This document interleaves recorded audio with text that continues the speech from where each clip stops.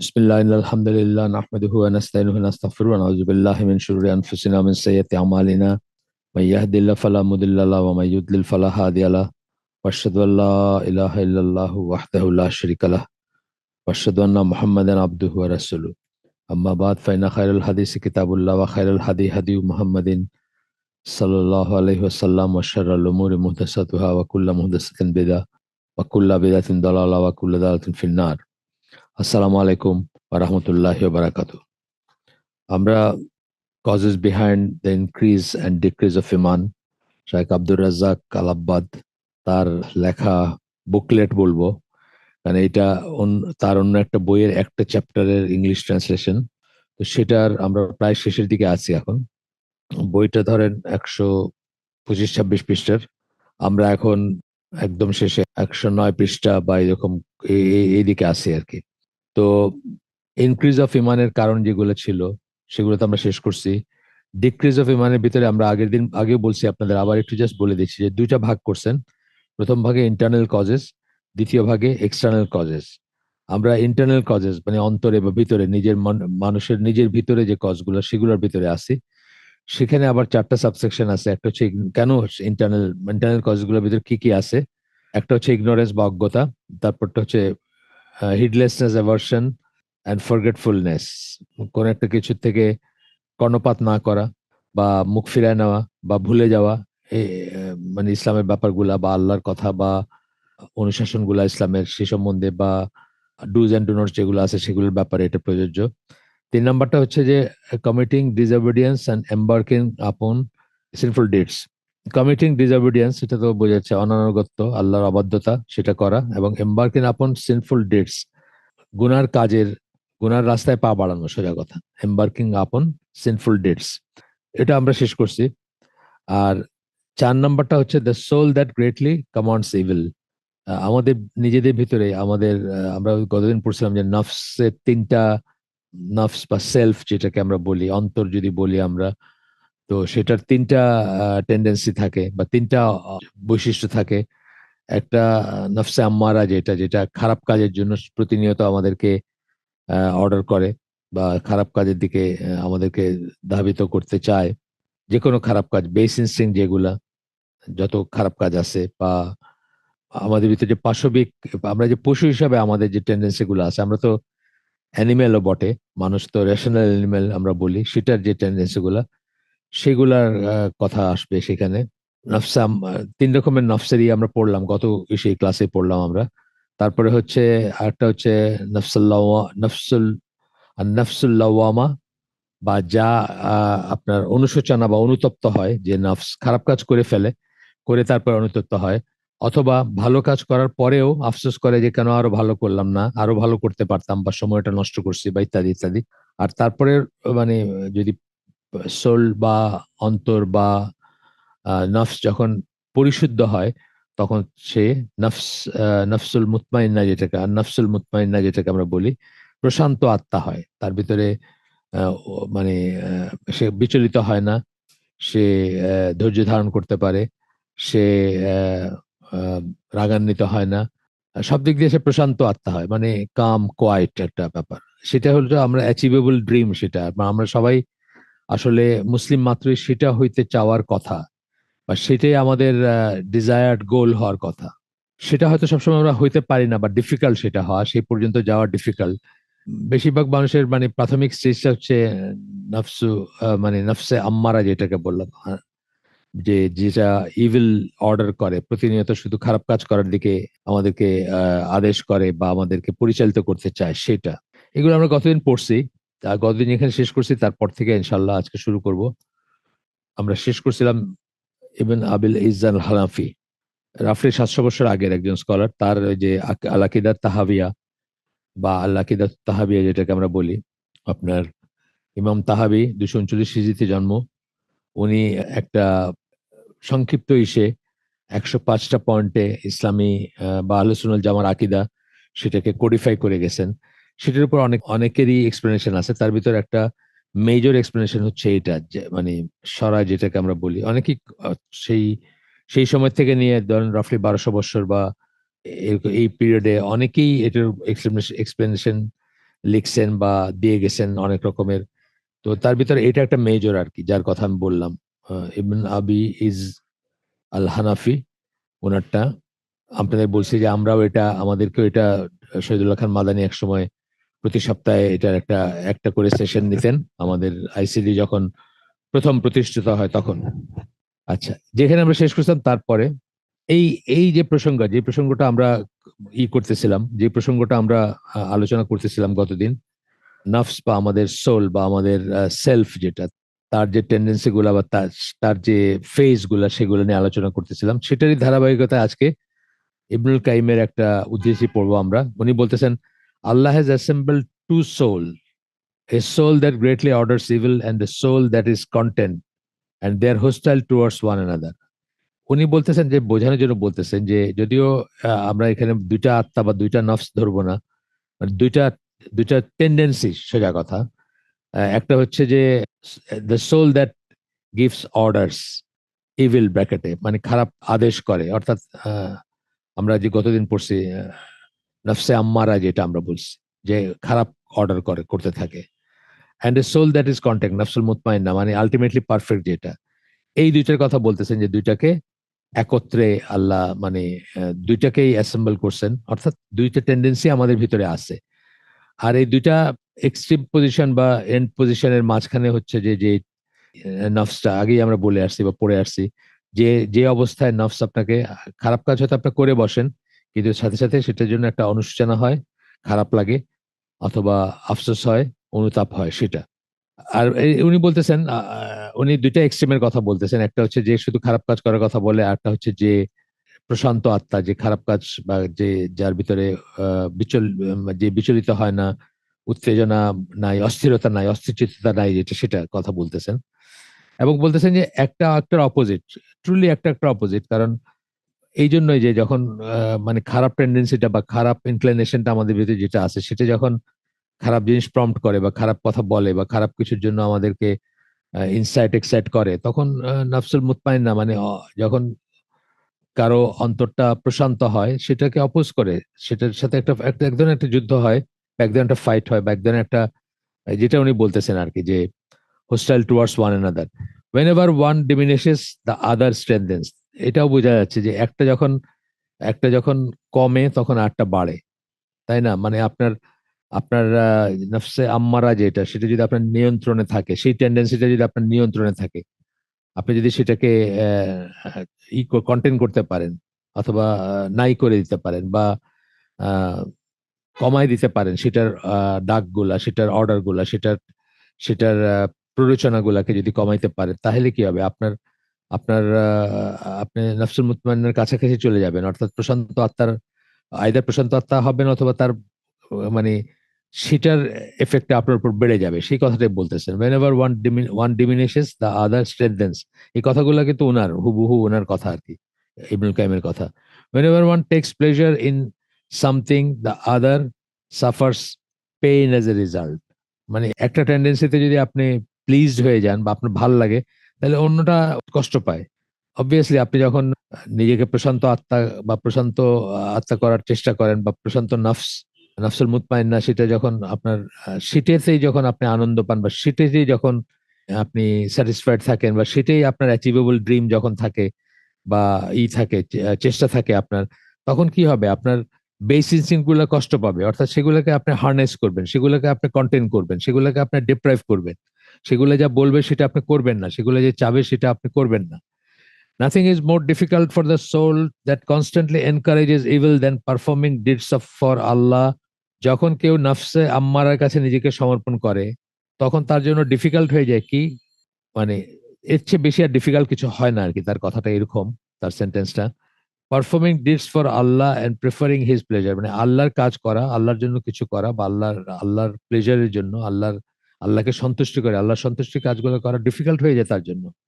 যখনই কোনো মানুষ নিজেকে নফসে আম্মারার কাছে, বা তার ইভিল, তার তার নিজের আত্মার ভিতরে বা তার নিজের অন্তরের ভিতর যে ইভিল টেন্ডেন্সি আছে, সেটার কাছে যখন সমর্পণ করে, তখন তার জন্য এর চেয়ে ডিফিকাল্ট আর কিছু হয় না। কোনটা সবচেয়ে ডিফিকাল্ট হয়? যে আল্লাহর জন্য কিছু করা, performing deeds for Allah and preferring his pleasure to his own desire, নিজের কামনা বাসনার উপরে আল্লাহর আল্লাহকে কি সন্তুষ্ট করবে সেটাকে প্রেফারেন্স দেওয়া, সেটাকে স্থান দেওয়া, এটা কষ্টকর হয়ে যায় যখন মানুষ নিজের নফসের অর্ডার গুলা মানে খারাপ কাজের জন্য, বা কার্নাল ডিজায়ার যেগুলোকে আমরা বলি, পাশবিক কামনা বাসনা, যেটা যেটা আমাদের সবার ভিতরে আছে, বিকজ আমরা ন্যাশনাল অ্যানিমেল সেই হিসাবে আছে। আমরাও অ্যানিমেল, আমরাও পশু, ইন এ সেন্স যে আমরা প্রাণী, বা আমরাও অ্যানিমেল কিংডমে আছি সেই জন্য। আচ্ছা, likewise there is nothing more difficult upon the content soul than performing deeds for other than Allah. আবার যখন নফসুল মুতমাইন্না হবে কেউ, কন্টেন্ট সোল যেটা মানে যে প্রশান্ত আত্মা, পরিতৃপ্ত আত্মা, পরিতৃপ্ত নফস যেটা, সেটা যখন কেউ হবে, তখন তার জন্য আল্লাহ বিরুদ্ধ কিছু করার চেয়ে ডিফিকাল্ট কিছু হয় না। আল্লাহ বিরুদ্ধে কোনো কাজ বা কোনো এই করা তার জন্য খুবই ডিফিকাল্ট হয়। বাই চান্স যদি কিছুতে সে জড়ায় পড়ে, তাহলে সে তার মনে হয় যে সে মানে সে মারাই গেছে, বা তার মানে তার সবকিছু নষ্ট হয়ে গেছে, ধ্বংস হয়ে গেছে, এরকম মনে হবে তার।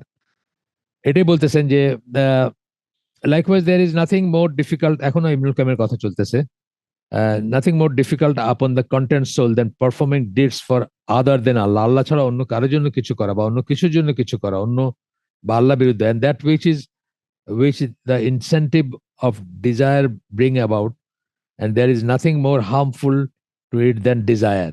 তখন সে কামনা বাসনায় তার জন্য সবচেয়ে হার্মফুল জিনিস হয়ে যায়, হয়ে দাঁড়ায়। সেগুলারকে রেসপন্স করা বা সেগুলার প্রতি সাড়া দেওয়া, সেটি তার জন্য সবচেয়ে ডিফিকাল্ট হয়ে যায়। And the war is continuous, it cannot come to an end until it completes its appointed time from this world. এবং এই যে যুদ্ধটা, অন্তরের ভিতরে যে যুদ্ধটা, যেটা মাঝখানে যারা, তাদের জন্য খুব ডিফিকাল্ট। মাঝখানে যারা, তাদের জন্য খুব ডিফিকাল্ট, কারণ তারা প্রতিনিয়ত এই যুদ্ধের ভিতর থাকে। আর দুই এন্ডে যারা আছেন, মানে যারা গা ভাসায় দিচ্ছেন নিজের কামনা বাসনার কাছে, তাদের জন্য আহ খুব বেশি যুদ্ধের কিছু নাই। তার কারণ তারা তো গা ভাসায় দিচ্ছেন, অন্যটার পসিবিলিটি তারা সরায় রাখেন একদিকে। মানে তাই না? মানে আমাদের সমাজে আমরা দেখি যে যারা ধরেন নাচ গান, এনজয় করার জীবনকে যেটাকে বলি, পার্টি, নাচ গান, সিনেমা, কনসার্ট, পর্নোগ্রাফি, বা যত কিছু আমাকে আমাদের এই প্রচলিত আমাদের এই সমাজে প্রচলিত এনজয়মেন্ট বলতে যা কিছু বোঝায়, সেটা গেছে যারা কমপ্লিটলি গা ভাসায় দিচ্ছেন, তাদের জন্য এই যুদ্ধটা, অন্তরের এই যুদ্ধটা ওইরকম না। আবার যারা নাফসুল মুতমাইন্না, তাদের জন্য যুদ্ধটা অত অত সিরিয়াস না, যদিও তারা খুব প্রত্যেকটা ভায়োলেশনকে অত্যন্ত সিরিয়াসলি নেন, এবং মানে তাদের জীবনে মানে ভায়োলেশন নাই বললেই চলে, বা নাই, হয়তো টোটালি নাই যারা ওই পর্যায়ে পৌঁছাতে পারছেন। কিন্তু সবচেয়ে বেশি স্ট্রাগলটা যারা মাঝামাঝি আছেন, যাদের কথা এই জন্যই আল্লাহ তাদেরকে নফসুল লাওয়ামা বলছেন, যে যারা আফসোস করে, যারা অনুতপ্ত অন্তর, যেটা সেটা প্রতিনিয়ত এই যুদ্ধের ভিতরে, মানে দুই সাইডেরই তার মানে প্রায় ইকুয়াল, অথবা দুই সাইডই প্রমিনেন্ট যার ভিতরে, তার জন্য খুব ডিফিকাল্ট একটা সিচুয়েশন। সে একটা খারাপ কাজ করেও ফেলতেছে, আবার সেটাতে হ্যাপি হচ্ছে না, কোনোদিন কোনোদিন হ্যাপি হচ্ছে না, বা মানে সে সেটার জন্য আহ, অনুতপ্ত হচ্ছে প্রতিনিয়ত। ভালোটা মানে এই স্ট্রাগলটা তার ভিতরে চলতে থাকবে। কিন্তু গ্রস লেভেলে আমরা বলতে পারি যে আমাদের সবার জন্য এটা একটা পসিবিলিটি। ভিতরে একটা স্ট্রাগল ফিল করব, বা ভিতরে একটা নিজের ভিতরে একটা টানাপোড়েন যদি বলি আমরা, ফিল করব, সেটা মৃত্যু পর্যন্ত, যতক্ষণ পর্যন্ত আমাদের, এটাই বলতেছেন, completes this appointed time from this world, মৃত্যু পর্যন্ত এটা পসিবিলিটিটা থাকবে। এখানে ইবনুল কাইমের ইতে শেষ, আল জওয়াব আল কাফি, ওনার একটা বই বা লেখার থেকে এটাই উদ্ধৃত করা হয়েছে, এইটুকু। তারপরে বলতেছেন, hence there is nothing more harmful to a person's ইমান, একজন ব্যক্তির ইমানের জন্য এর চেয়ে ক্ষতি করার কিছু নাই, and religion, এবং তার দিনের জন্য এর চেয়ে ক্ষতি করার কিছু নাই, then his soul that constantly commands evil, তার আত্মা বা তার নফস যেটা প্রতিনিয়ত তাকে খারাপ কাজের জন্য প্ররোচিত করে, খারাপ কাজের দিকে ডাকে, তার চেয়ে ক্ষতি করার কিছু নাই একজনের ইমানের জন্য। অর্থাৎ আপনি যদি গা ভাসায় দেন, অথবা আপনি যদি আপনার সোলের ইভিল প্রম্পট গুলাকে, আপনার অন্তরের আত্মার বা আপনার নফসের ইভিল বা খারাপ আদেশ গুলাকে পাত্তা দেন, এবং ওইগুলো মেনে চলেন, বা ওইগুলোর প্রতি আপনি উইক থাকেন, তাহলে standing and description is such, আচ্ছা, it is primary reason and effective and active constituent that we can see man. এটাই হচ্ছে প্রাইমারি রিজন মানুষের, মানে প্রাথমিক রিজন, প্রাথমিক কারণ, অ্যান্ড এফেক্টিভ, যেটা কার্যকর হয়, অ্যান্ড অ্যাক্টিভ কনস্টিটিউয়েন্ট, এবং অ্যাক্টিভলি ক্রিয়াশীল।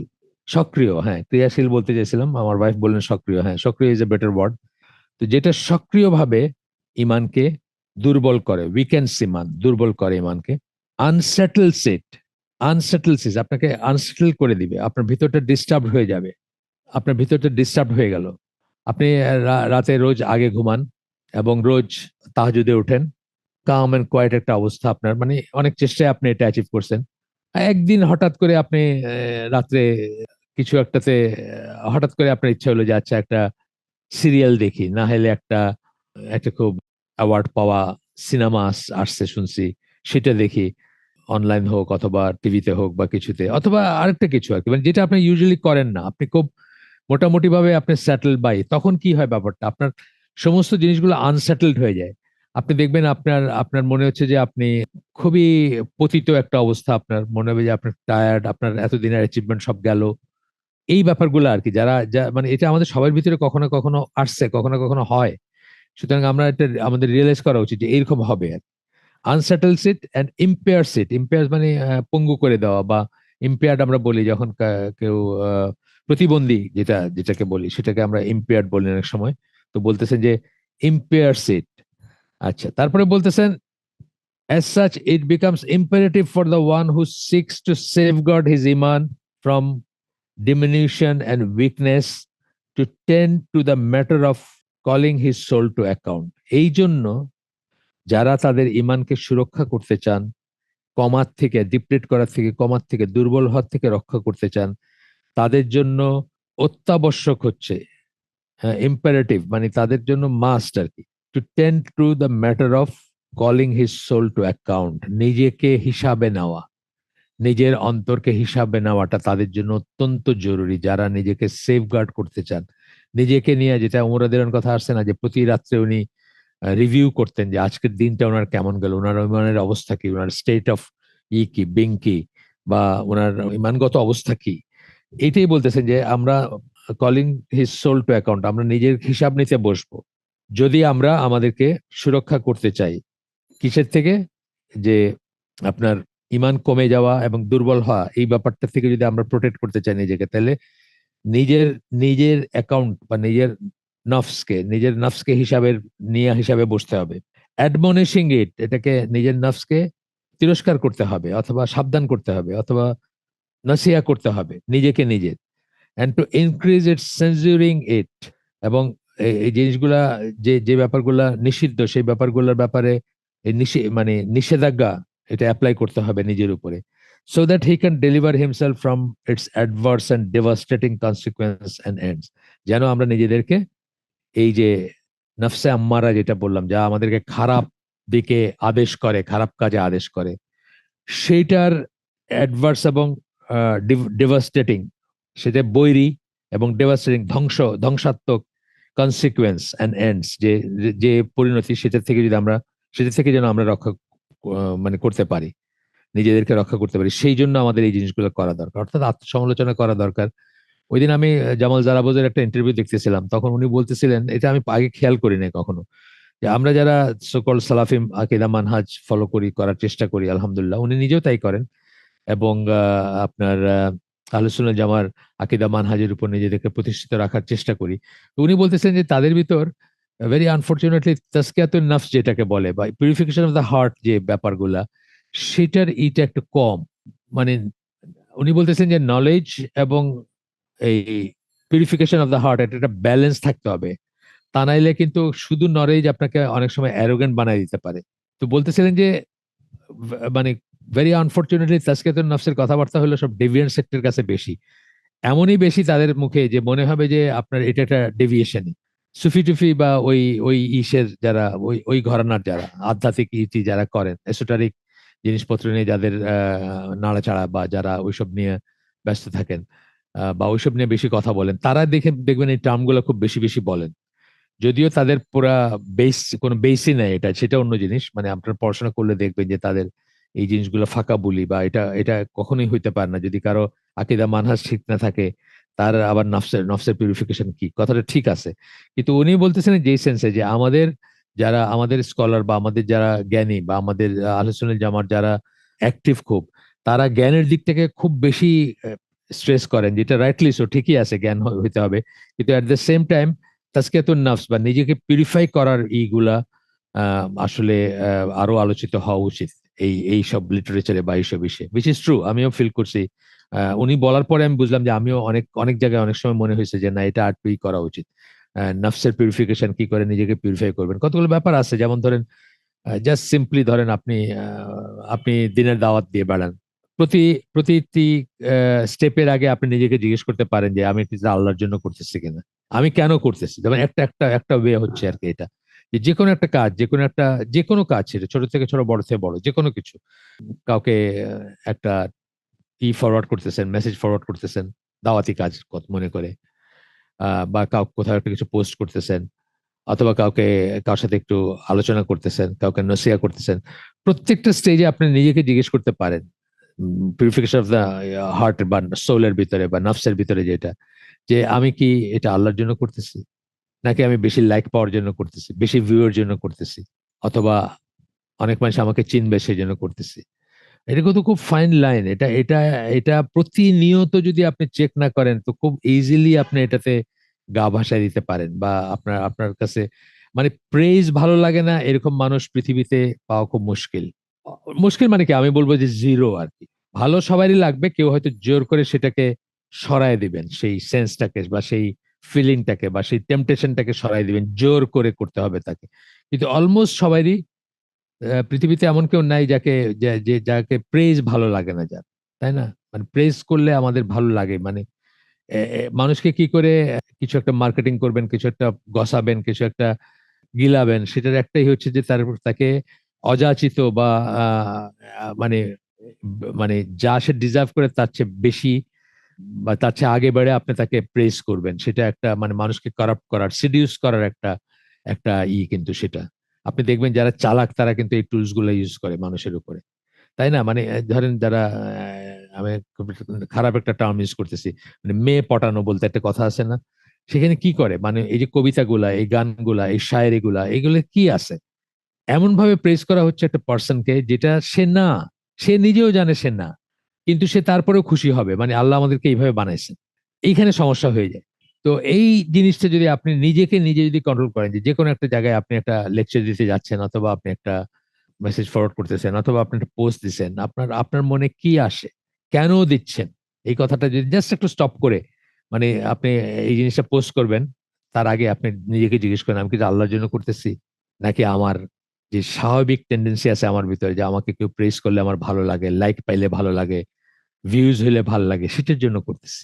এইভাবে কিন্তু আমরা মানে স্টার্ট করতে পারি। এটা অনেক অনেক বড় কথা আছে, আচ্ছা, পরে আসবে সেগুলা।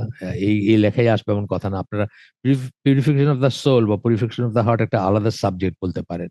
যেমন যারা বোঝে একটা কাজ আছে ওইটার উপর, একটা বই আছে এটার উপরে।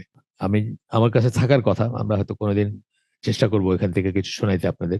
তো যাই হোক, এরপরে বললেন যে অ্যাকাউন্টে যে নিবেন, নিজের হিসাব নিবেন, যেটা নিজের হিসাব নিবেন, যেটা এতক্ষণ ধরে আমরা যেটা বললাম, যে ওমর রাদিয়াল্লাহু আনহুর ঘটনা বললাম বা ইসের কথা বললাম, আমি আরো অন্যান্য অন্যান্য হালাকায় বলছি যে আপনারা যে সমস্ত নদীগুলা খরস্রোতা, অথবা যে সমস্ত নদীগুলাতে হয়, মানে হঠাৎ করে পানি বেড়ে যায়, এই সমস্ত নদীতে আপনি যেমন সিলেটের খোয়াই নদী, সিলেট মানে হবিগঞ্জে আর কি, বা আরো অন্যান্য জায়গায় দেখবেন, এই যে ফেঞ্চুগঞ্জে, কুশিয়ারা, ওখানে দেখবেন যে একটা স্কেল বসানো আছে, একটা স্কেল বসানো আছে, একটা জোন রেড আছে, একটা জোন ই আছে। এটা আমরা সৌদি আরবে দেখলাম, যে সৌদি আরবে তো এখন নতুন করে খুব বৃষ্টি হচ্ছে, গত কয়েক বছর ধরেন 5-7 বছর 10 বছর ধরে হচ্ছে।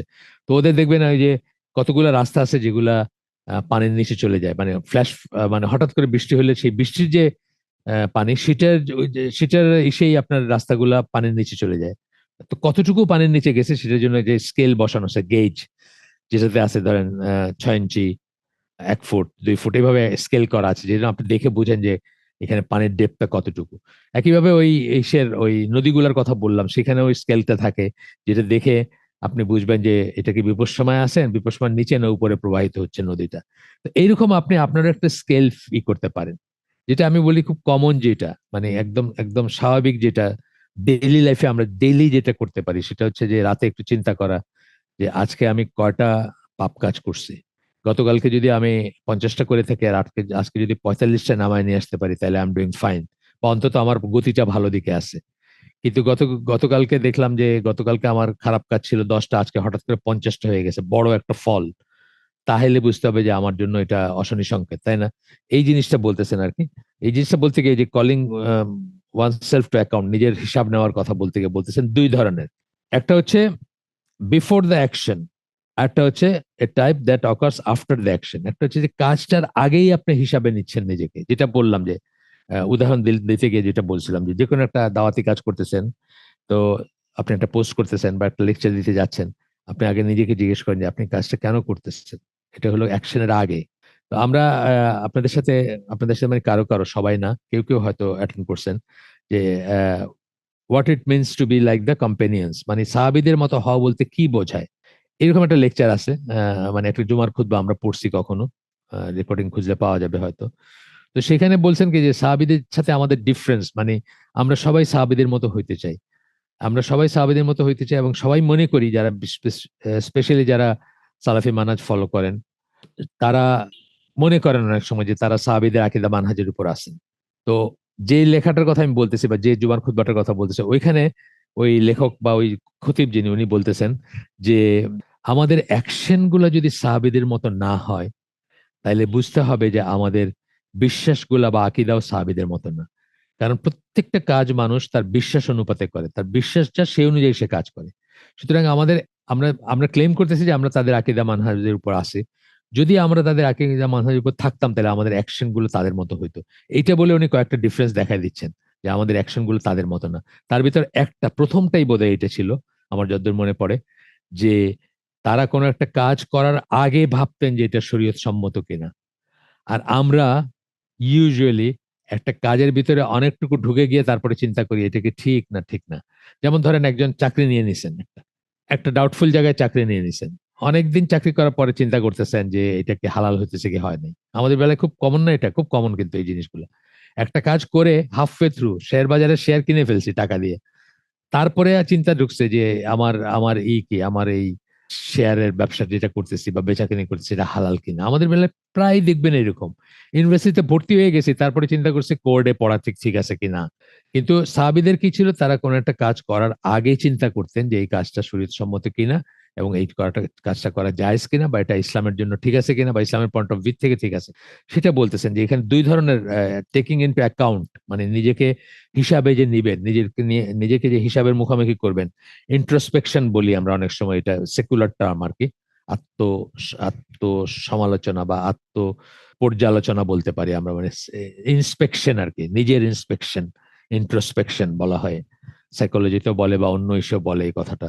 তো তারপরে বলতেছে যে as for the first type, প্রথম শ্রেণী, অর্থাৎ কাজটা করার আগে হিসাব করা, আগে আগে চিন্তা করা যে কথাটা কাজটা ঠিক কিনা বা ঠিক করতেছে কিনা, is to take a stance when the when one first has an intention and desire. যখনই একটা কথা মনে উকি দিল বা ডিজায়ার বা একটা ইন্টেনশন আসলো যে এই কাজটা করতে যাচ্ছি বা করব আমি, বা আমার মন বলতেছে করতে বা আমার ইচ্ছা হইতেছে করতে, তখনই করা যে এটা ঠিক হচ্ছে কিনা। And not to embark upon the action until it becomes clear to him that performing that action outweighs leaving it. যে আপনার কাজের মাঝখানে, যেটা আমি আগে বলে ফেলছি উদাহরণ, কাজের মাঝখানে একটা কাজ অনেকটুকু করে ফেলছি, অনেকটুকু ঢুকে গেছে, অনেকটুকু ইনভলভ হয়ে গেছে, অনেক ইনভেস্ট করে ফেলছি। আমাদের বেশিরভাগের অবস্থায় কিন্তু সেই রকম। আমরা একটা ইংলিশ মিডিয়াম স্কুলে বাচ্চা পড়তে দিয়ে দিছি, তারপরে যখন তার চরিত্রে বা তার ভাবসাবের চেঞ্জ আসে, তখন আমরা চিন্তা করতেছি আরে কি ব্যাপারে, কি করা যায়।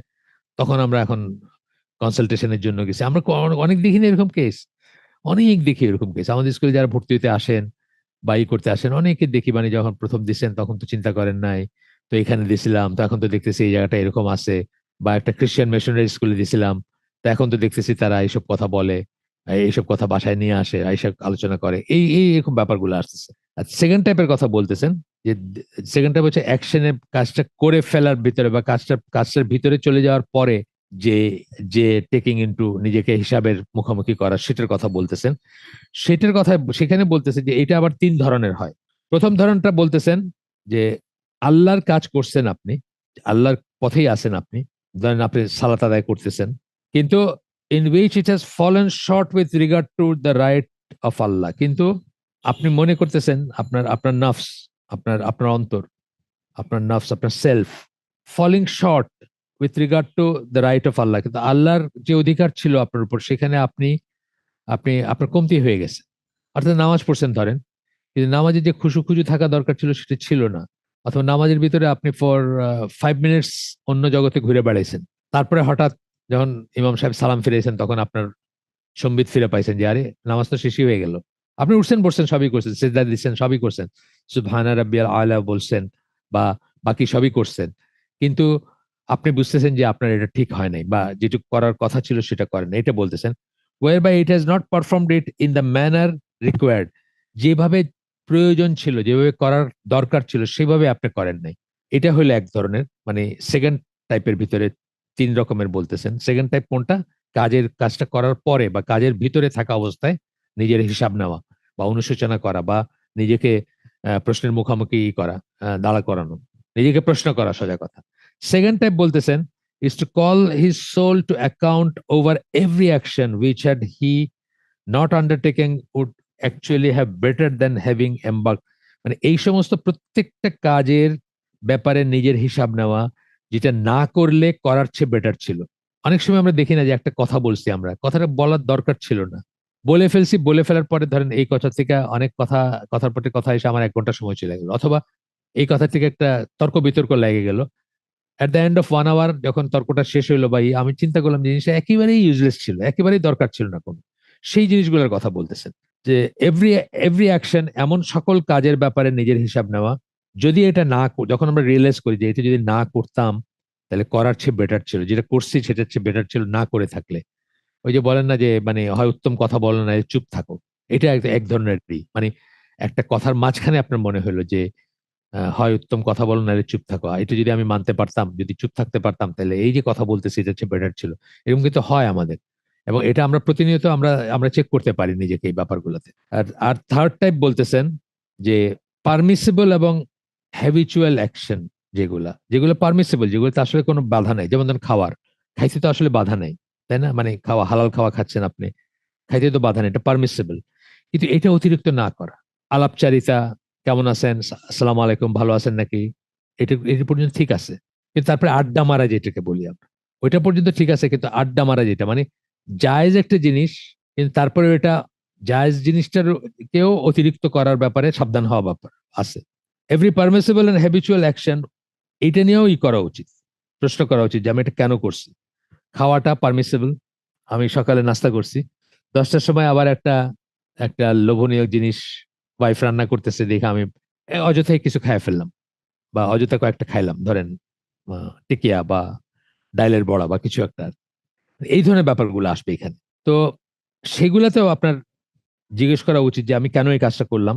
আচ্ছা, অত একটা ভালো কাজ আপনি করছেন, ভালো কাজ হ্যাবিচুয়াল বলতে ধরেন সালাম করছেন কাউকে, কাউকে সালাম করছেন, এটা আপনার হ্যাবিট, আপনি সালাম করছেন, রাস্তায় বাইরে এসে সালাম করছেন, তারপরে চিন্তা করা বা সেই অবস্থায় চিন্তা করা যে এটা কি আপনি আল্লাহর জন্য করছেন বা আখিরাতের কথা চিন্তা করে করছেন।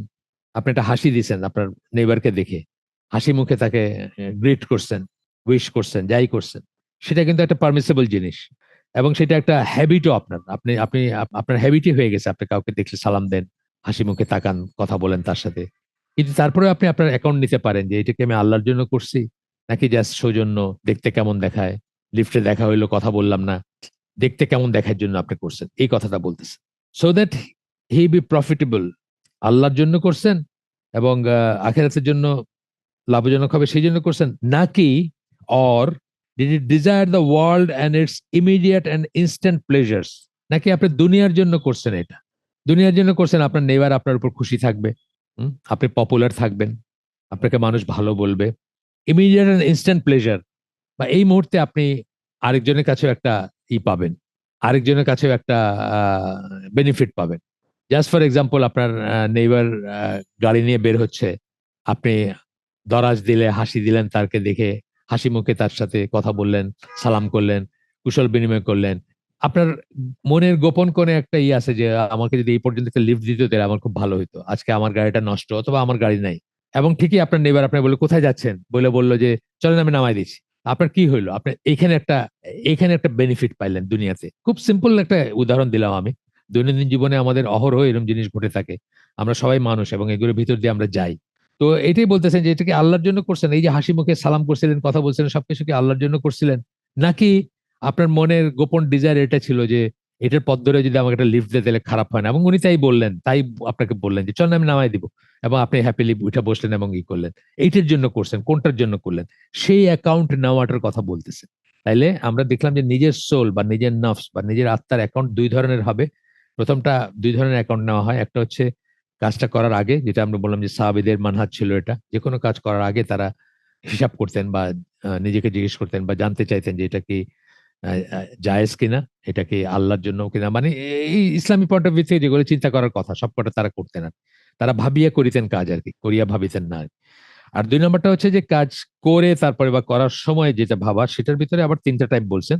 একটা হলো যে আল্লাহর ইবাদতের কাজ বা আল্লাহর অবিডিয়েন্স কাজগুলোর জন্য নিজেকে অ্যাকাউন্ট নেওয়া, যখন সেটা মনে হবে যে যেভাবে করা উচিত ছিল সেভাবে করা হয় নাই, যতটুকু পারফেক্ট হওয়া উচিত ছিল সেটুকু হয় নাই, সেটার হিসাবপত্র নেওয়া, নিজেকে, নিজের কাছে নিজের হিসাব নেওয়া।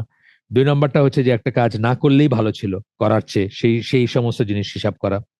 এবং তিন নম্বরটা হচ্ছে করছেন, এটা পারমিসিবল কাজ, কাজটা পারমিসিবল করছেন এবং হ্যাবিটের থেকে করছেন একটা কাজ, কিন্তু সেই কাজটা কি কেন করছেন আপনি, পারমিসিবল কাজটাই কেন করছেন? আমি অবশ্য প্রথমে একটু অন্যরকম উদাহরণ দিছিলাম যে পারমিসিবল হইলেই কিছু ইচ্ছা মতো করতে হয় না, সেই লাইনে আমি কথা বলতেছিলাম। সেটাও একটা কথা, কিন্তু সেটাও স্কলাররা বলেন, যেমন খাওয়া পারমিসিবল বলে আপনি ইচ্ছা মতো খাবেন না, পড়া পারমিসিবল দেখে আপনি অগণিত কাপড় বানায় পড়তে থাকবেন না। মানে এই পারমিসিবল জিনিসও যখন বাহুল্য বা মানে অতিসাহ্য হয়, সেটাও কিন্তু একটা কারাপ্টিং জিনিস বা সেটাও একটা খারাপ জিনিস। আমি সেই লাইনে কথা বলতেছি, কিন্তু এখানে লাইনটা একটু অন্য। এখানে ওরা বলতেছেন যে যে কাজগুলা পারমিসিবল, রিকমেন্ডেড বা ভালো কাজ, সেগুলোর কথা বলতেছেন। যেমন যেটা আমি একটা উদাহরণ দিলাম যে নেইবারের সাথে হাসি মুখে কথা বলা বা সালাম করা বা সৌজন্য বিনিময় করা ইত্যাদি, সেটাও আপনি কেন করতেছেন? সেটাতে আপনার অ্যাকাউন্ট নেওয়া উচিত নিজেকে, যে সেটা কি আল্লাহর জন্য করলেন নাকি সেটা এই দুনিয়ায় কিছু পাওয়ার জন্য করলেন। The greatest harm upon the servant is negligence, to forego calling oneself to take account, to let oneself go, to take things lightly and accommodate them. একজন মানুষ, বান্দা, সার্ভেন্ট যখন বলতেছেন বান্দা বোঝাচ্ছেন, মানে আমাদের কথা বলতেছেন, আমাদের সবার কথা, আল্লাহর বান্দা। তার সবচেয়ে ক্ষতিকর হচ্ছে ব্যাপারগুলোর ভিতর একটা হচ্ছে, সবচেয়ে বড়টা বলতেছেন আর কি, গ্রেটেস্ট বলতেছেন। ক্ষতিকর, সবচেয়ে ক্ষতিকর কি হচ্ছে যে নিজের কোনো অ্যাকাউন্ট না নেওয়া, নিজের কোনো হিসাব না নেওয়া, নিজেকে নিয়ে হিসাবে না বসা, এবং লেট ওয়ান সেলফ গো। লেট গো আমরা করি কি, মানে গা ভাসায় দেওয়া, যেটা বলি আমরা, গা ভাসায় দেওয়া আর কি। কোনো হিসাব নাই, কোনো অনুশোচনা নাই, কোনো হিসাব নাই, কোনো চিন্তা ভাবনা নাই, নিজেকে নিয়ে নিজের কোনো ই নাই, গা ভাসায় দেওয়া। গড্ডালিকা প্রভাব বলি না আমি, সবাই যেদিকে যাচ্ছে আমিও সেদিকে যাচ্ছি, বেড়ার পালে নিজেকে ছেড়ে দেওয়া আর কি, বেড়ার পালে বেড়ার মতো ছেড়ে দেওয়া। টু টেক থিংস লাইটলি, এবং যে সমস্ত ত্রুটিগুলো আমাদের হয়, প্রতিনিয়ত হচ্ছে বা হয়, সেগুলিকে লাইটলি নেওয়া।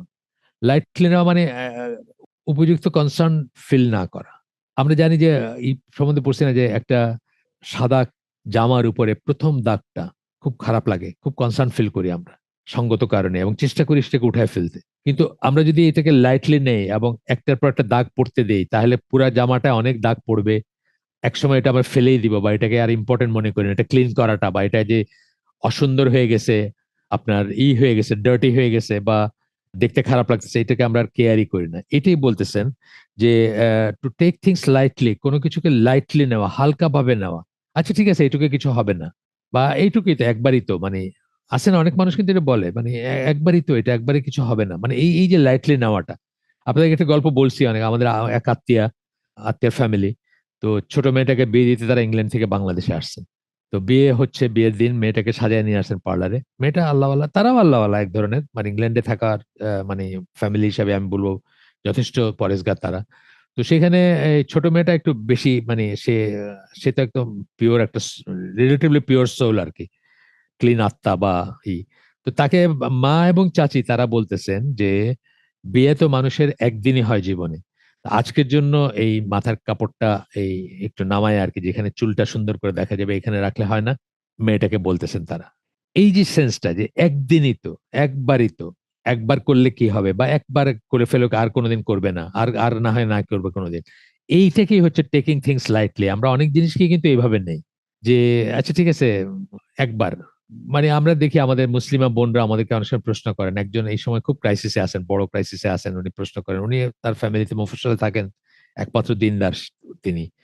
তো উনি কেন পর্দা করতেছে, এগুলো এগুলো তার ফ্যামিলি বোঝেই না। ওর তার রাগ, তাকে মানে ফিজিক্যালি তার অনার্সে পড়া মেয়ে, তাকে তার বাবা ফিজিক্যালি মারধর করছেন এই পর্দার কারণে, এসের কারণে, কারণ সে বিয়ের যে এইগুলো আছে তাদের সামনে বেপর্দা হয়ে সাজে গুজে যাইতে অস্বীকার করছে। সেই জন্য তাদের কথা হলো একবারই তো, বিয়া হয়ে গেলে যত ইচ্ছা পর্দা করো। এই ধরনের ব্যাপারগুলো আসবে এর ভিতরে আর কি, taking things lightly, let go, মানে গা ভাসায় দেওয়া বললেন একটা, তারপরে বললেন taking things lightly and accommodate them, এবং সেগুলাকে অ্যাকোমোডেট করা, সেগুলাকে স্থান দেওয়া, সেগুলাকে আপনার জীবনে আপনার হৃদয়ে স্থান দেওয়া, সেই জিনিসগুলো যেগুলো আদারওয়াইজ নিষিদ্ধ, সেই জিনিসগুলা বলছেন। এইরকম যখন আপনি করবেন, this will eventually lead him to destruction, আপনাকে ধ্বংসের দিকে নিয়ে যাবে, ধ্বংসের পথে নিয়ে যাবে আপনাকে, বা ধ্বংসে নিয়ে যাবে। And this is the state of the people of delusion. এটা হচ্ছে যারা বিভ্রান্ত মানুষ, মতিভ্রম ঘটে যাদের, যারা অন্য একটা জগতে থাকে।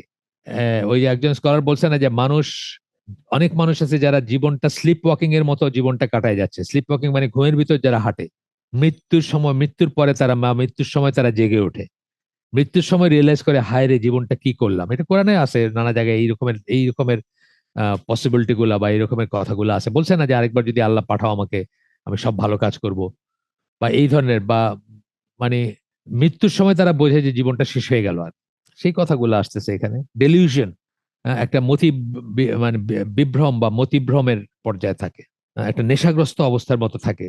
One of them shuts their eyes to consequences, এবং এই ধরনের অবস্থায় যারা থাকে তারা কি করে, কেউ, তাদের কেউ কনসিকুয়েন্সের দিকে চোখটা বন্ধ করে রাখে, অন্ধ হয়ে থাকে, ইচ্ছা করে অন্ধ হয়ে থাকে। তার কারণ এটা চিন্তা করলে সে কাজটা করতে পারবে না। আপনাদেরকে একটা গল্প বলছিলাম, এইখানেই বলছি বোধহয় আগে, যে আমাদের এক দিনী ভাই টিউশনি করতেন এক সময়। এখন উনি স্কুলের টিচার, বাট এখন হয়তো ওইভাবে টিউশনি করেন না, যাই হোক। তো ছাত্র জীবনে টিউশনি করতেন, তো এই ছাত্র পড়াচ্ছেন, 7, 8 বা 8, 9 এর ছাত্র, ছেলে।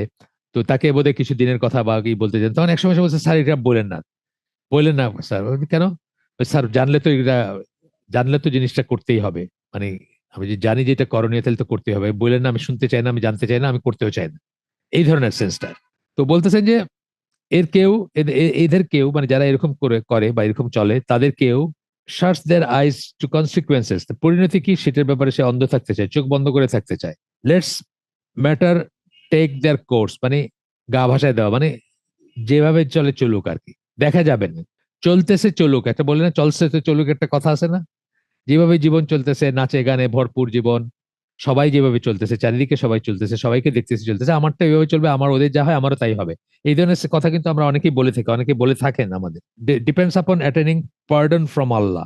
পার্ডন ফ্রম আল্লাহ, আল্লাহর ক্ষমার উপরে ডিপেন্ড করে থাকে, যে আল্লাহ তো মাফ করেই দিবেন। আমাদের এক আত্মীয়কে, আমাদের তার খুব নিকট আত্মীয়, তার আপন বোন বলতেছিলেন যে, কতবার বললাম তোরে, বিদেশে থাকেন, কতবার বললাম তোরে ব্যাংকের চাকরিটা তুই তো শেষ পর্যন্ত করেই গেলি, মানে রিটায়ারই করছেন ব্যাংকের হিসেবে। এবং সাথে সাথে উনি রিপ্লাই করলেন যে আল্লাহ মাফ করে দিবেন, অ্যাজ ইফ তার সাথে কন্ট্রাক্ট হয়ে গেছে আল্লাহ মাফ করে দিবেন। এটার এগেন্সে কিন্তু আমরা কিছু বলতে পারবো না, বলা উচিত না, কারণ আমি কি জানি নাকি যে আল্লাহ মাফ করবেন না, কথা ঠিক আছে, আমার কিছু বলা উচিত না। কিন্তু যিনি বলতেছেন তার পয়েন্ট অফ ভিউ থেকে দেখেন, যে উনি ডিপেন্ড করতেছেন যে আল্লাহ তো সব মাফ করে দিবেন। একদম খ্রিস্টান দেশে থাকেন, কাফেরের দেশে থাকেন, এবং কাফেরের ওয়ার্ল্ড ভিউ হয়েছে তার, যে Jesus loves and Jesus saves. Isa আলাহ সাল্লাম আমাদের জন্য মৃত্যুবরণ করছেন ক্রুশে, হিন্দু এই খ্রিস্টানরা যেটা বলে, ক্রুশে মৃত্যুবরণ করছেন। তিনি আমাদের সবাই সব গুনার ভার নিয়ে নিছেন, এবং হি লাভস আস, উনি আমাদেরকে ভালোবাসেন, এবং হি সেভস, উনি আমাদেরকে বাঁচাবেন। তো এইভাবেই ওই ওই ভদ্রলোক বললেন আল্লাহ মাফ করে দিবেন। আমি খুব অবাক হয়েছি শুনে, উনি কিন্তু এককালে, মানে এককালে না, এখনো নামাজ পড়েন। একটা মানে দৃশ্যমান দাড়িও আছে ওনার, মানে দেখলে দাড়ি বোঝা যায়, এরকম দাড়ি আছে। হজ করছেন, আপনার ওমরা করছেন, যাই যাই হোক, মানে আল্লাহ মানেন আর কি। ও একদম স্ট্রেট বললেন, সাথে সাথে বললেন আল্লাহ মাফ করে দিবেন। আর সেই মহিলা বলতেছিলেন যে তোকে এত করে বললাম তো, যে চাকরি সেই সেই মানে 20-30 বছর আগেই বলছি যে এই চাকরিটা ছাড়বি, এতে কোনো বরকত নাই, তুই তো রিটায়ার হওয়া পর্যন্ত কাজটা, ছোট ভাই আর কি, রিটায়ার হওয়া পর্যন্ত তুই একটা কাজটা করলি, এটা কি ঠিক হইলো? এখনো আরো কিছু বল। এখনকার কথা বলতে গিয়েই বলতেছেন যে এখনো তোকে যেটা বলতেছি মনে হচ্ছে তোর অনেক সময় আছে, বা তোর মানে যাই করিস না কেন এটা কিছু আসে যায় না, হার্মফুল না। তো তখন ওই সাথে সাথে বললেন ওই ভদ্রলোক যে আল্লাহ মাফ করে দিবেন। এখন এটা আনসার কি? এটা কোনো আনসার আমাদের কাছে নাই, কারণ আমি তো বলতে পারবো না যে আল্লাহ মাফ করবেন না। কিন্তু ওনার পয়েন্ট অফ ভিউ থেকে যে আল্লাহ মাফ করে দিবেন, যে এইটার কথাই বলতেছেন এখানে, depends upon attaining pardon from আল্লাহ, মানে আল্লাহ তো মাফ করেই দিবেন, সেটার উপরে করছে। Thus he neglects calling himself to account, এবং এই জন্য সে নিজেকে কোনোদিন হিসাবে নেয় না, অ্যাকাউন্ট নেয় না, ভেবে দেখে না যে আমি কি করলাম, কেন করলাম, কি করতেছি আমি, কোথায় যাচ্ছি। ফাইনা তাজহাবুন, নিশানা সূরা তাকবীর, তাকবীরের একটা আয়াত বোধহয়, ফাইনা তাজহাবুন, অতঃপর তোমরা কোথায় চলেছ। আমার সামনে নাই, জাস্ট মানে মনে হইলো হঠাৎ, এই জন্য মানে কনফিউশন ছিল। তাকবীর, সূরা তাকবীরের আয়াত, ফাইনা তাজহাবুন, অতঃপর তোমরা কোথায় চলেছো। এই এই অ্যাকাউন্টটা নেওয়া, এই জিনিসটা নিজেকে জিজ্ঞেস করা, এই জিনিসটা প্রত্যেকটা কাজের উপর, কাজের সময় মনে করা। এই যাদের যে যে সেন্সে যার কথা বা যাদের কথা, আমাদের সবার কথাই আছে এখানে, যেটা বলে আসলাম, এই যে পড়ে আসলাম এতক্ষণ ধরে, এই লাস্ট কয়েকটা লাইন যে পড়লাম, সেখানে কিন্তু এই কথাটাই বলতেছেন যে আপনার নিজেকে যারা হিসাবে নেয় না, গা ভাসায় দেয় যারা, সবকিছুকে হালকাভাবে নেয় যারা, এবং সেগুলোকে অ্যাকোমোডেট করে, অর্থাৎ সেগুলোকে কোনো মতে জায়গা দেয় লাইফে আর কি। অ্যাকোমোডেট করা মানে সেগুলোকে অ্যাডাপ্ট করা, সেগুলোকে মানে স্থান দেওয়া। অ্যাকোমোডেট করার সেন্সটা এরকম যে জায়গা হচ্ছে না, তো আপনি একটু একটু আটোসাটো করে বৈশা আরেকজনকে জায়গা করে দিলেন, এই ধরনের ব্যাপার। মানে আপনার জীবনে এটা স্থান থাকার কথা ছিল না, আপনার জীবনে নাচের, গানের, সুদের, একটা মুসলিমের জীবনে এগুলো স্থান থাকার কথা ছিল না, কিন্তু এগুলো স্থান করে দিলেন, আপনি অ্যাকোমোডেট করলেন।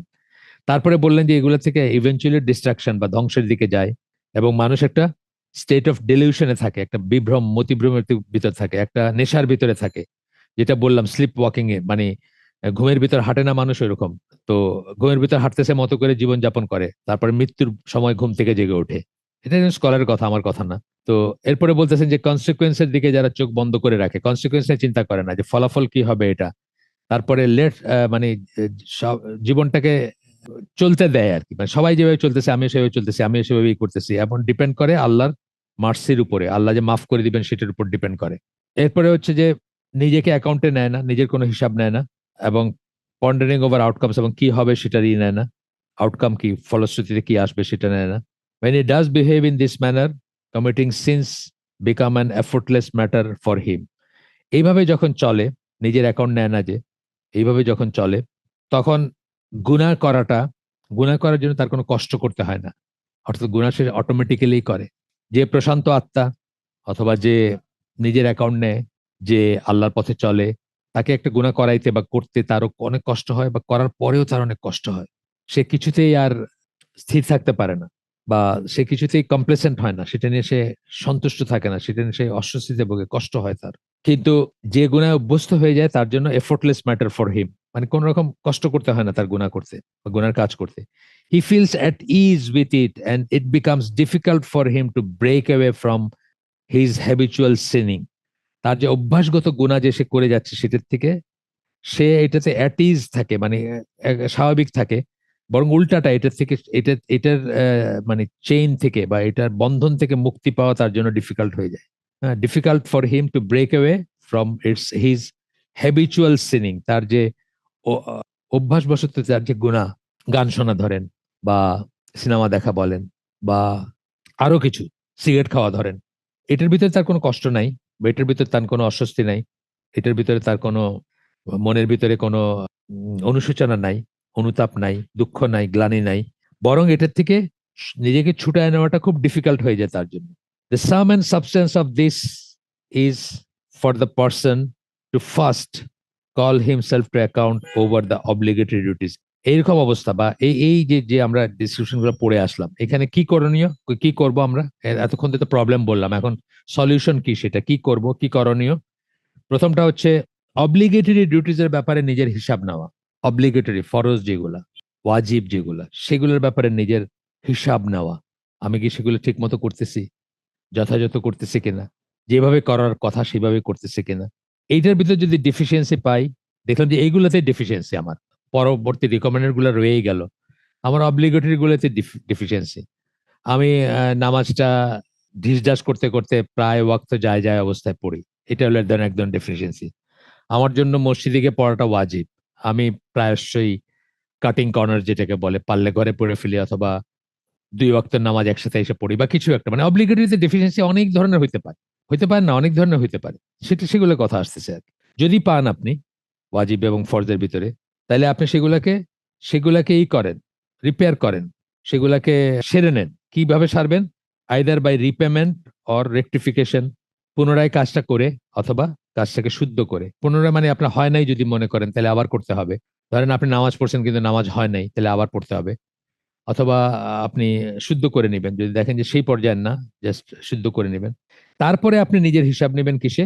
প্রহিবিটেড ম্যাটার্সে। একদিকে বললাম আদেশ নিষেধ কথাটা বলে না, আমাকে অনেক সময় অনেকে জিজ্ঞেস করেন যে কিভাবে মানে ইসলামী লাইফস্টাইল বা ইসলামে কিভাবে নিজেকে আরেকটু উৎকর্ষ সাধন করবেন। আমি বললাম যে খুব সিম্পল এক সেন্টেন্সে যেটা বলতে পারতাম যে আল্লাহর আদেশ নিষেধ মানবেন, আদেশ অনুযায়ী কাজ করবেন, নিষেধ যেগুলো নিষেধ করছেন ওগুলো থেকে বেঁচে থাকবেন। খুব সিম্পল, এক সেন্টেন্সে শেষ। আদেশ এবং নিষেধ, ডু অ্যান্ড ডো নটস, যেগুলো আদেশ করছেন ওগুলো অবশ্যই করবেন এবং কারেক্টলি করার চেষ্টা করবেন। আর যেগুলো নিষেধ করছেন ওগুলো থেকে বেঁচে থাকবেন, ব্যাস হয়ে গেল। খুব সিম্পল যেটা করতে পারতেন আর কি। সেকেন্ডটা কি করবেন? প্রথমটা অব্লিগেটরি জিনিসের হিসাব নেবেন নিজের, এগুলো নিজের ভিতরের অন্তরে নিজের সাথে নিজের হিসাবের কথা আসতেছে, ইন্ট্রোস্পেকশন, আত্মসমালোচনা বা আত্মের মানে পরিশুদ্ধ, পিউরিফিকেশন অফ দ্য সোল, নিজেকে পরিশুদ্ধ করার ব্যাপার আসতেছে। এরপরে আসবেন আপনি হারাম জিনিসগুলাতে। আপনি যদি জানেন যে আপনি কোনো হারাম বা নিষিদ্ধ জিনিস করছেন, তাহলে সেটা ঠিক করে নেবেন। কিভাবে? থ্রু রিপেন্টেন্স, তওবা করবেন, আল্লাহর কাছে ক্ষমা চাবেন, সিকিং ফরগিভনেস, এবং সেটার সেটাকে ব্যালেন্স করতে বা সেটাকে নালিফাই করতে ভালো কাজ করবেন বেশি করে, যা সেটাকে সেই ইগুলাকে মুছে দিবে, সেই গুণাগুলাকে মুছে দিবে, সেরকম ভালো কাজ করবেন। ফর এক্সাম্পল, কারো কাছে ঘুষ খাইছেন আপনি, এখন তারে খুঁজে খুঁজে পারলে তার পয়সাগুলো ফেরত দিবেন।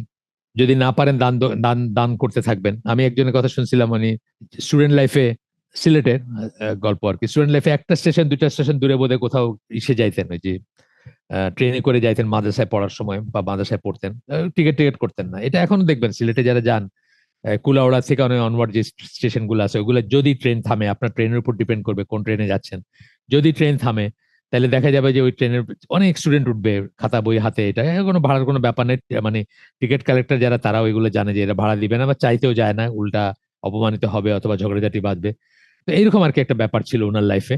তো উনি যখন পরবর্তীতে যখন মাদ্রাসার টিচার হয়েছেন বা পরিণত বয়সে আসছেন, তখন উনি কি করতেন? মানে স্টেশনে গিয়ে অনেক টিকিট কিনতেন, মানে ওইটুক ডিস্টেন্সের জন্য যে টিকিট হয় কিনে সেগুলো ছিঁড়ে ফেলে দিতেন। এটা হচ্ছে রিপেমেন্ট। কাকে রিপেমেন্ট করতেছেন? গভর্নমেন্টকে রিপেড করতেছেন বা রেল অথরিটিকে, যাদের পয়সাটা উনি, যেটা জনগণের পয়সা, যেটা উনি উনি উনি ফিল করতে শুরু করছেন যে এই পয়সাটা ওনার ওনার দেনা ইসের কাছে, সেই সেন্সটা আসতেছে এখানে বলতেছেন যে ভালো কাজ করে খারাপ কাজকে ওয়াইপ আউট করবেন। তারপরেও বাঁচতেছে কি? যে অ্যাকাউন্ট নেবেন কি? হিডলেসনেস। আপনি কি কখনো কোনো ভালো কথা বা ভালো ভালো কিছু কেউ বলছে নসিহা, অথবা সেটা তোয়াক্কা করেন নাই, কর্ণপাত করেন নাই, হিডলেসনেস, সেরকম কি যদি হয়ে থাকে, সেটার সেটার অ্যাকাউন্ট নেবেন। এবং সেটা যদি করে থাকেন, সেই ব্যাপারে যদি কেয়ারলেস হয়ে থাকেন, তাইলে সেটাকে শুদ্ধ করে নেবেন।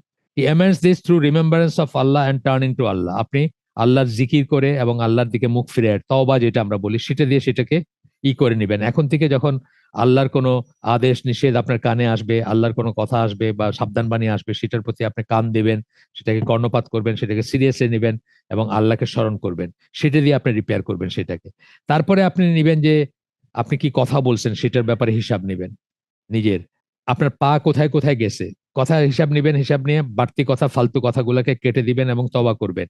আপনার পা কোথায় কোথায় নিয়ে গেছে আপনাকে, মানে কোথায় কোথায় খারাপ জায়গায় গেছেন, সেই সব জায়গাগুলোকে কাট অফ করবেন।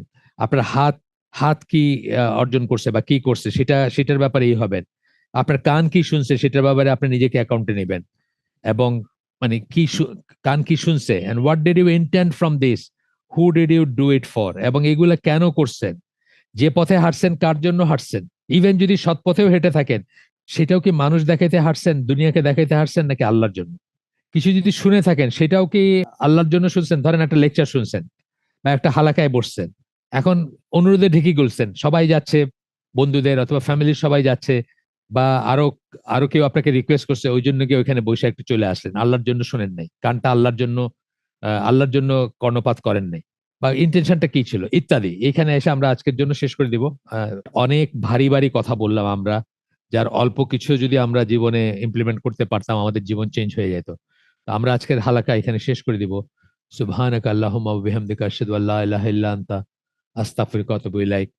আমরা যে শুনলাম তার ভিতরে ভালো কিছু শুনে থাকলে সমস্ত প্রশংসা আল্লাহর, আলহামদুলিল্লাহ। খারাপ কিছু শুনে থাকলে সমস্ত ব্যর্থতা আমার এবং সেটা শয়তানের তরফ থেকে। আল্লাহ আমাদেরকে তৌফিক দিন যে ভালো শুনলাম তার উপর আমল করার। আসসালামু আলাইকুম ওয়া রাহমাতুল্লাহি ওয়া বারাকাতুহু।